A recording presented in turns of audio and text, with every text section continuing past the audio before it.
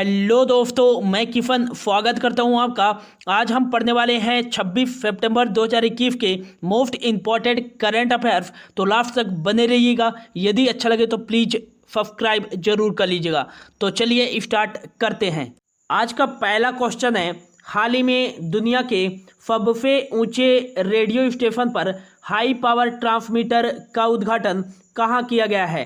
Right answer हो जाएगा option B, Ladakh के कारगिल में दुनिया के सबसे ऊंचे रेडियो स्टेशन पर हाई पावर ट्रांसमीटर का उद्घाटन किया गया है, जिसकी जो टोटल ऊंचाई है 13,300 फीट। और इसका उद्घाटन केंद्रीय सूचना एवं प्रसारण मंत्री अनुराग ठाकुर जी के द्वारा किया गया है। इसका जो मुख्य उद्देश्य है, पहाड़ में जो बसे हुए लोग हैं और लद्दाख के लोगों को सही जानकारी प्रदान करना। इसके तहत जो लद्दाख के लोग हैं वो आकाशवाणी और दूरदर्शन के माध्यम से गुणवत्तापूर्ण रेडियो सुन सकते हैं इसके उद्घाटन के बाद। अब लद्दाख में इसका उद्घाटन किया गया है, तो लद्दाख का इंडिया के मैप पे लोकेशन देख लेते हैं। तो यहाँ पास स्थित है लद्दाख, जिसकी उत्तरी सीमा लगती है काराकोरम पास से और इसकी पूर्वी सीमा तिब्बत स्वायत्त क्षेत्र से लगती है और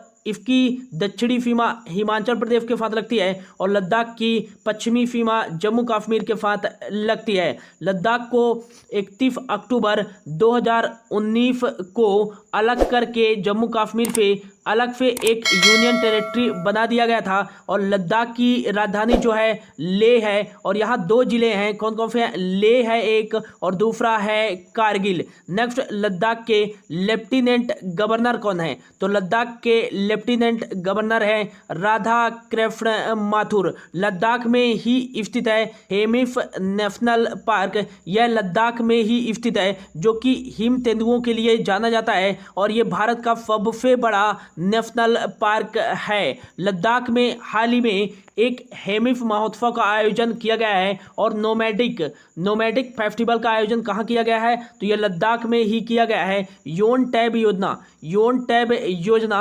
12,300 टैबलेट वितरित करने के लिए लद्दाख द्वारा ही शुरू किया गया है। और हाल ही में बॉर्डर रोड ऑर्गेनाइजेशन के द्वारा दुनिया का सबसे ऊंचा मोटर योग्य सड़क कहाँ बनाया गया है? तो ये पूर्वी लद्दाख में बनाया गया है 19,300 फीट की ऊंचाई पर। हाल ही में दुनिया का सबसे ऊंचा सिनेमा घर कहाँ बनाया गया है? तो दुनिया का सबसे ऊंचा सिनेमा घर बनाया गया है लद्दाख में ही 11,562 फीट की ऊंचाई पर। हाल ही में दुनिया का सबसे ऊंचा एयर ट्रैफिक कंट्रोल टावर कहाँ बनाया गया है? तो ये लद्दाख में ही बनाया गया है। और भारत का सबसे ऊंचा मेट्रोलॉजी स्टेशन कहाँ बनाया गया है? तो ये लद्दाख में ही बनाया गया है। जल जीवन मिशन के तहत पानी माह की शुरुआत कहाँ की गई है? तो पानी माह की शुरुआत की गई है लद्दाख में ही। और कोविड-19 का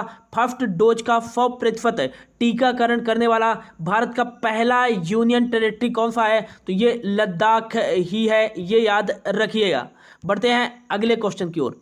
अगला क्वेश्चन है, हाल ही में अंत्योदय दिवस कब बनाया गया है? तो हाल ही में अंत्योदय दिवस बनाया गया है ऑप्शन बी 25 सितंबर को। यह अंत्योदय दिवस पंडित दीनदयाल उपाध्याय जी की जयंती पर बनाया जाता है, जिनका जो जन्म हुआ था 1916 में हुआ था मथुरा यूपी में। और इनकी जो मृत्यु हुई थी 1968 में हुई थी कहाँ पास? मुगल सराय रेलवे जंक्शन के पास। इसीलिए मुगल सराय जो रेलवे जंक्शन का नाम बदल करके कर दिया गया है पंडित दीनदयाल रेलवे जंक्शन। पंडित दीनदयाल उपाध्याय जी ये भारतीय जनसंघ, जिसको अब भारतीय जनता पार्टी बीजेपी के नाम से जाना जाता था, उसके 10वें अध्यक्ष भी थे। कौन? पंडित दीनदयाल उपाध्याय जी। 25 सितंबर को इनकी जयंती पर अंत्योदय दिवस बनाया गया है। और नेक्स्ट बात करें कि पंडित दीनदयाल उपाध्याय जी की सबसे ऊंची प्रतिमा कहाँ बनाई गई है?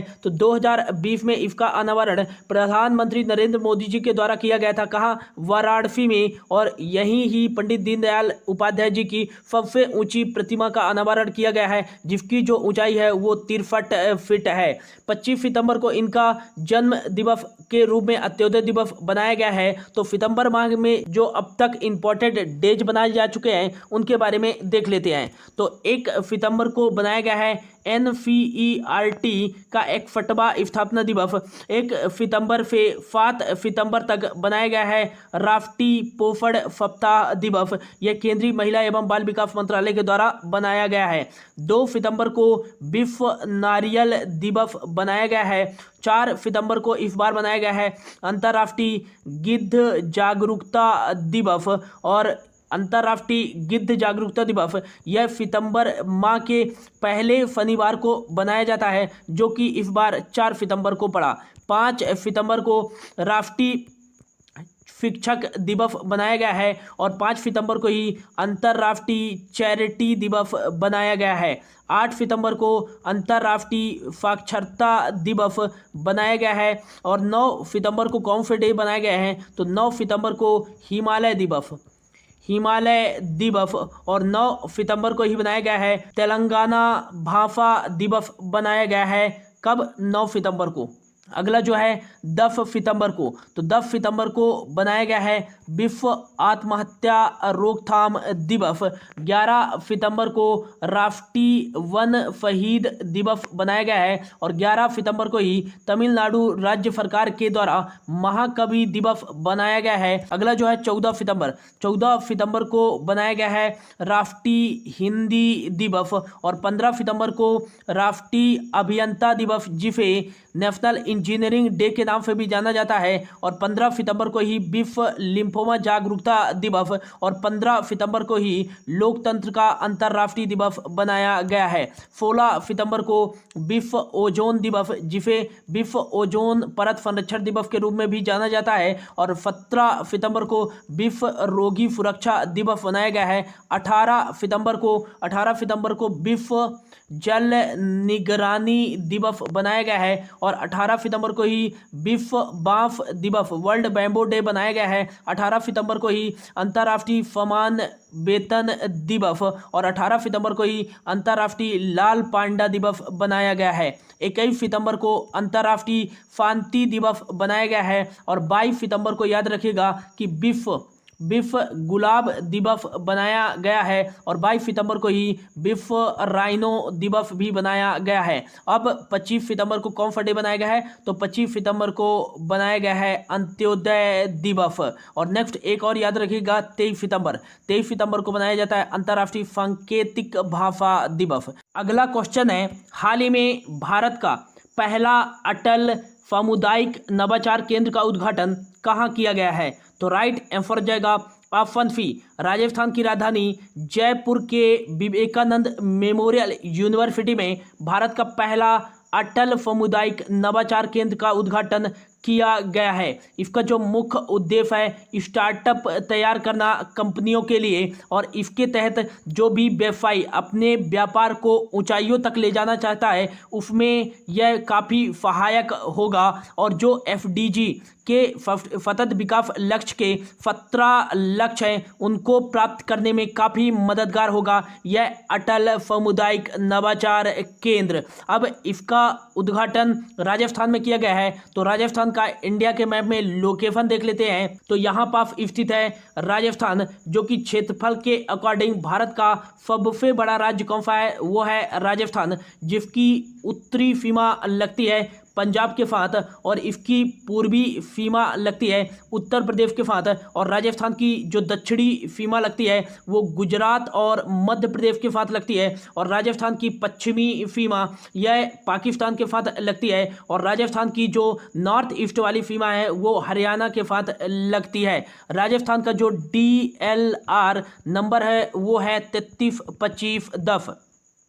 33 यहाँ डिस्ट्रिक्ट है, 25 लोकसभा की सीटें हैं और 10 राज्यसभा की सीटें हैं। राजस्थान का जो विधान मंडल है वो है एक फदनी। यहाँ केवल अभी विधानसभा की सीटें हैं और विधानसभा की कितनी सीटें हैं? 200 सीटें हैं। राजस्थान की राजधानी क्या है? जयपुर है, जिसे पिंक सिटी के रूप में भी जाना जाता है। और राजस्थान के वर्तमान में मुख्यमंत्री कौन है? तो अशोक गहलोत यहाँ के मुख्यमंत्री हैं। और यहाँ के गवर्नर कौन है? तो कलराज मिश्र यहाँ के गवर्नर हैं। नेक्स्ट याद रखिएगा कि हाल ही में राजस्थान राज्य सरकार के द्वारा किसान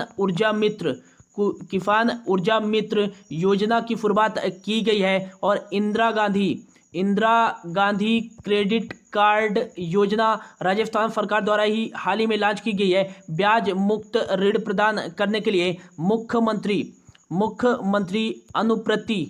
अनुप्रति कोचिंग योजना, यह भी राजस्थान सरकार के द्वारा लॉन्च किया गया है। और हाल ही में राजस्थान द्वारा यह घोषणा किया गया है कि इंदिरा गांधी जी की जयंती पर वह उड़ान योजना लॉन्च करेगा। और उड़ान योजना क्या है कि इसके तहत जो महिलाएं हैं उनको फ्री में सैनिटरी पैड बांटा जाएगा। राजस्थान का हाल ही में जो चौथा टाइगर रिजर्व और देश का 52वां टाइगर रिजर्व बनाया गया है वो बना है रामगढ़ बिफधारी टाइगर रिजर्व। यह राजस्थान का चौथा टाइगर रिजर्व और देश का 52वां टाइगर रिजर्व बनाया गया है। बढ़ते हैं अगले क्वेश्चन की ओर। अगला क्वेश्चन है, हाल ही में digital quality of life index 2021 में भारत की रैंक क्या है? इसका राइट आंसर हो जाएगा ओवरऑल इंडिया की जो रैंक है वो है 59। यह जो digital quality of life index है ये 110 देशों के बीच जीवन की डिजिटल गुणवत्ता का एक वैश्विक सूचकांक है। इससे पहले जो इंडिया की रैंक थी वो 57th रैंक थी, अब 2 स्थान नीचे चला गया है। अब इसकी जो रैंक है 2021 में digital quality of life index में वो है 59th रैंक है। इंडिया की बात करें तो इंडिया का जो इंटरनेट क्वालिटी में रैंक है तो वो है 67th। इस सूचकांक में कहा गया है कि जो भारत में इंटरनेट की स्पीड है वो काफ़ी कम है। इसकी जो स्पीड है वो 12.33 मेगाबिट है, जो कि दुनिया में काफ़ी इंटरनेट की धीमी स्पीड मानी जाती है। और ई गवर्नेंस में इंडिया की जो रैंक है वो 33 है। नेक्स्ट बात करें कि इंडिया का कुछ हद तक सुधार हुआ है ई सिक्योरिटी में। इसमें जो इंडिया की रैंक थी वो थी 57th पिछले साल,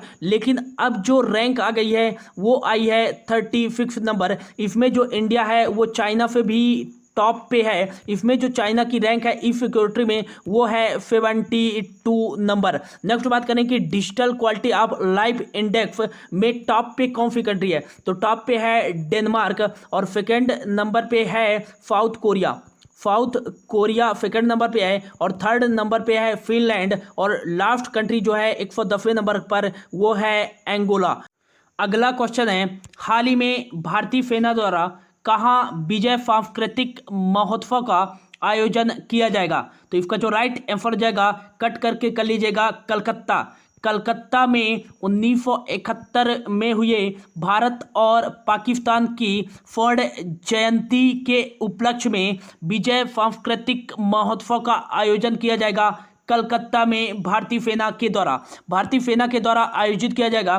तो भारतीय सेना के वर्तमान में प्रमुख कौन है? तो थल सेना प्रमुख हैं मनोज मुकुंद नरवणे। अगला क्वेश्चन है, हाल ही में भारतीय तटरक्षक बल के अतिरिक्त महानिदेशक कौन बने हैं? तो right answer is option A Birendra Singh Pathania Indian Coast Guard के एडिशनल डायरेक्टर जनरल बनाए गए हैं। इंडियन कोस्ट गार्ड की स्थापना 1977 में की गई थी और इसका जो हेडक्वार्टर है वो है नई दिल्ली। और इसके वर्तमान में डायरेक्टर जनरल कौन है? तो कृष्णस्वामी नटराजन वर्तमान में इसके डायरेक्टर जनरल हैं। अगला क्वेश्चन है, हाल ही में किस राज्य के गवर्नर द्वारा कपिल पठारे को business excellence and national achiever award 2021 से सम्मानित किया गया है? तो इसका जो राइट आंसर हो जाएगा ऑप्शन सी महाराष्ट्र के राज्यपाल भगत सिंह कोश्यारी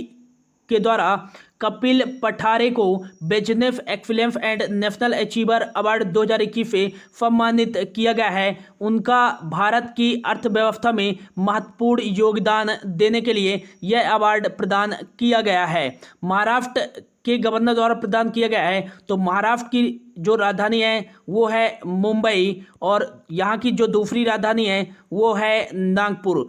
महाराष्ट्र के सीएम कौन है? तो यहाँ के सीएम है उद्धव ठाकरे और यहाँ के गवर्नर कौन है? तो भगत सिंह कोश्यारी हैं। चंदोली, गुगमल, नवेगांव और तदोबा ये सभी नेशनल पार्क कहाँ स्थित है? तो महाराष्ट्र में ही स्थित हैं। अगला क्वेश्चन है, हाल ही में क्वाड कंट्री वैश्विक स्तर पर कितने करोड़ कोविड-19 वैक्सीन खुराक दान देने का संकल्प लिया है? तो हाल ही में जो क्वाड समिट हुआ है वो यूएसए में आयोजित किया गया है और इसी में ऑप्शन हो जाएगा सी। 120 करोड़ वैश्विक स्तर पर कोविड-19 वैक्सीन खुराक दान देने का संकल्प लिया गया है क्वाड कंट्रियों के द्वारा। बात करें क्वाड में कितने कंट्री हैं? तो क्वाड में 4 देश हैं जिसमें से अपना भारत भी इंक्लूड है। तो कौन कौन से देश है? पहला तो हो जाएगा USA, United states of America, दूसरा अपना देश इंडिया है और तीसरे नंबर पे है जापान और चौथा देश है वो है ऑस्ट्रेलिया। तो ये याद रखिएगा।